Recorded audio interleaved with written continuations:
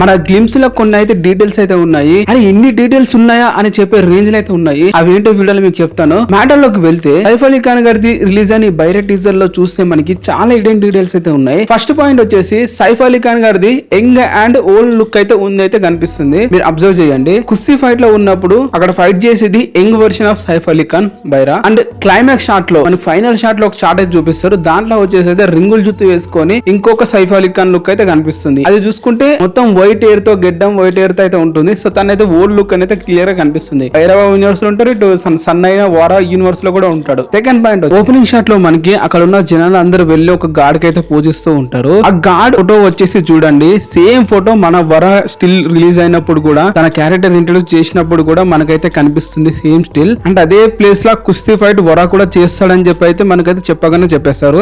Stills చూస్తే మనకి clear గా కనిపిస్తుంది. అండ్ అక్కడ ఊరు జనాలకి ఒక్క దేవుడే ఉన్నట్లున్నారు. అండ్ వాళ్ళందరికి అక్కడ ఒక కుల దైవంగా అయితే పూజిస్తున్నారు. క్లియర్ గా కనిపిస్తుంది ప్రజలందరూ ఒకటే దేవుడు అక్కడ. అండ్ అలాగే అక్కడ జనాలందరూ వస్తున్న టైంలో ఒక ఇద్దరు వ్యక్తులు అక్కడ కుస్తీ ఫైట్ జరుగుతున్నప్పుడు అంత మగవాళ్ళు ఉన్నప్పుడు ఒక ఆడామె కనిపిస్తుంది మనకి. అలాగే ఆడామె పక్కన ఒక వ్యక్తి కూడా కనిపిస్తారు. తనే వచ్చేసి దేవరా అని చెప్పి నేను అనుకుంటున్నాను. మీరు చూడండి స్టిల్ ఇక్కడ థర్డ్ అబ్జర్వేషన్ నాకు కనిపిస్తుంది అంటే ఈ స్టిల్ వచ్చేసి దేవరా అలాగే తన వైఫ్ తో అయితే అక్కడ పూజించడానికి అయితే వస్తున్నారు. దేవుని దగ్గర పూజిస్తున్నారు. చూస్తే మనకి దేవరా వైఫ్ పూజిస్తుంది అని చెప్పి అయితే నాకైతే అర్థమవుతుంది. దేవరా వైఫ్ ఎవరు నటిస్తుందో తెలుసు కదా, శృతి మరాఠీ గారు అయితే యాక్టింగ్ అయితే చేస్తున్నారు.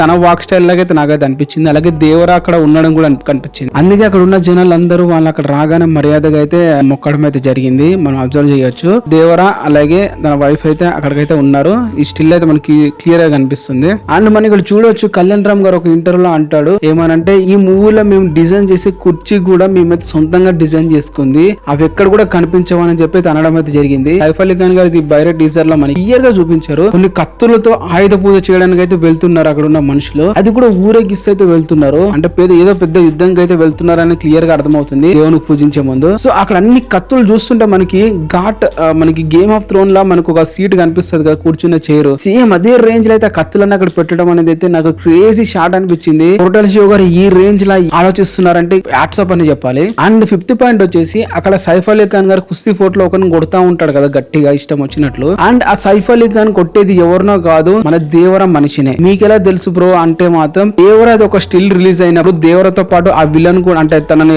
సైఫ్ అలీ ఖాన్ కొట్టే వ్యక్తి కూడా దేవరతో అయితే కలిసి అయితే ఉంటాడు. స్టిల్ మీకు చూపిస్తాను చూడండి. సో ఇక్కడ అర్థమైంది ఏంటంటే దేవర మనిషిని సైఫ్ అలీ ఖాన్ గారు అయితే ఇష్టం వచ్చినట్లు కొడుతున్నారు. అక్కడ ఉన్న గ్యాంగ్ అందరు కలిసి కొట్టు అని చెప్పి బైరన్ ఎంకరేజ్ అయితే చేస్తున్నారు. అంటే క్లియర్ గా మనం అర్థం చేసుకోవచ్చు సైఫ్ అలీ ఖాన్ గారిని ఒక ఆపోజిట్ వ్యక్తిగా దేవరకు ఆపోజిట్ వ్యక్తిగా అయితే అక్కడ ఉన్న జనాలందరూ అయితే పొగడడం అయితే జరుగుతుంది. అన్ని కన్సిడర్ చేసుకుంటే దేవర మనిషిని తను ఏదో ఒకటి చేస్తాడు. ఆ తర్వాత దేవర దగ్గరికి వెళ్లి ఆ గొడవ ఇంకా పెద్దది అవుతుంది, మన మనిషిని ఇట్లా చేసాడని తెలిసిన తర్వాత అని చెప్పి అయితే ఉంటుందని నా గెస్ మాత్రమే. సో తను కొట్టేదైతే దేవర మనిషిని క్లియర్ గా అబ్జర్వ్ అయితే అయిపోతుంది. ఆ షేన్ టామ్ గారిని అయితే చూపించడం జరిగింది. దీని వచ్చేసి సైఫ్ అలీ ఖాన్ గ్యాంగ్ అని చెప్పి తన అడవిడు చూస్తే మనకి క్లియర్ గా అర్థమైపోతుంది. అలాగే తిని వచ్చేసి ఒక పైరేట్ అనే దొంగతనం కూడా చేస్తూ ఉంటారు. వీళ్ళందరూ దొంగతనం చేసి సైఫ్ అలీ ఖాన్ గారికి తీస్తుంటారు. అండ్ అటు సైడ్ దేవర గ్యాంగ్ సపరేట్ గా దొంగతనం చేసేవారిని ఆపుతూ ఉంటారేమో మరి తెలియదు, మనం మూవీలో చూడాల్సిందే. ఇక్కడైతే టామ్ క్యారెక్టర్ వచ్చినప్పుడు అయితే నాకు అర్థమైంది. మనకి ఇంతకుముందు గ్లిమ్స్ లో కూడా తన అయితే స్టిల్ అయితే చూపించడం జరిగింది. అండ్ మనకి కొట్టెల శివ గారు ఓపెనింగ్ లో ఒక అంటారు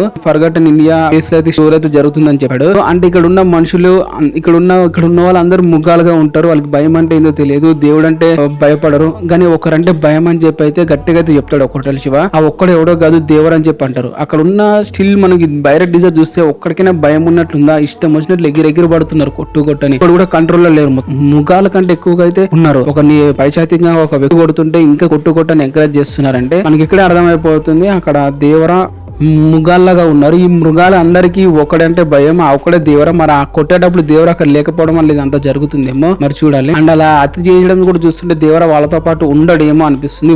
వాళ్ళతో కురిపైటి దాకా వెళ్ళాడంటే దేవర ఉండడేమో దేవర వాళ్ళతో. మరి దేవర ఏమయ్యాడు అనేది అయితే మనం మూవీలో చూడాల్సిందే. క్లైమాక్స్ షాట్ లో చూసుకుంటే మనకి దేవర సైఫ్ అలీ ఖాన్ మీద ఒక సాంగ్ కూడా ఉంది. ఈ సాంగ్ వచ్చేసి ఆయుధ పూజ సాంగ్. ఇట్లా చాలా మంది ఉన్నారు చూడండి young version of Saif Ali Khan గారిది. ఆ యంగ్ వర్షన్ లోనే మనకి దేవర అయితే ఉంటాడు. ఆ దేవర ఆ సాంగ్ లో కూడా కనిపిస్తారు. రీసెంట్ గానే షూట్ అయితే చేశారు ఆ సాంగ్ ని. సో ఈ విధంగా మొత్తం చూసుకుంటే మనకైతే 9 పాయింట్స్ అయితే నాకు కనిపించాయి. ఇవి దేవరా గ్లిమ్స్ నేను అబ్జర్వ్ చేసినాయి. మన కొరటాల శివ గారు అయితే గట్టిగానే ప్లాన్ అయితే చేశారు అండ్ గట్టిగా ప్రొజెక్ట్ చేయడానికి అయితే ట్రై అయితే చేస్తున్నారు. మరి కొంతమంది మరి చూడాలి ఏ రేంజ్ లో తీసుకెళ్తారు అనేది. అండ్ అలాగే కొంతమంది ఆ విలన్ గెటప్ ఆశ్చర్య మూవీలో ఉన్న సోను సూద్ గెటప్ లాగా ఉందని అంటున్నారు. మూవీలో ఒకే లుక్ ఉంటే ఒకే డ్రెస్ వేసుకుంటే సేమ్ మూవీ ఎవరు తీయడు, ఆయన కూడా తీసినా కూడా బెటర్ వర్షన్ తీయడానికి ట్రై చేస్తారు. అండ్ ఇంకోటి ఆశ్చర్య విషయానికి వస్తే కొరటాల శివ గారు ఒక ఫ్లాప్ ఇచ్చారు చిరంజీవి గారికి, పక్కన పెట్టేస్తే అదే ఫ్లాప్ ఇంటర్వ్యూ ఇస్తాడని చెప్పి మీరు ఎలా అనుకుంటున్నారో మీ బుర్రలకి వదిలేయాలి. అది కూడా గ్లిమ్స్ సాంగ్స్ ఇంత అవుట్పుట్ ఒక్కొక్కటి బ్లాస్ట్ అయ్యే అవుట్పుట్ వస్తున్నా కూడా ఇంకా మూవీతో కంపేర్ చేసుకుని అయితే సంతోషపడుతున్నారు. పడండి, అట్లా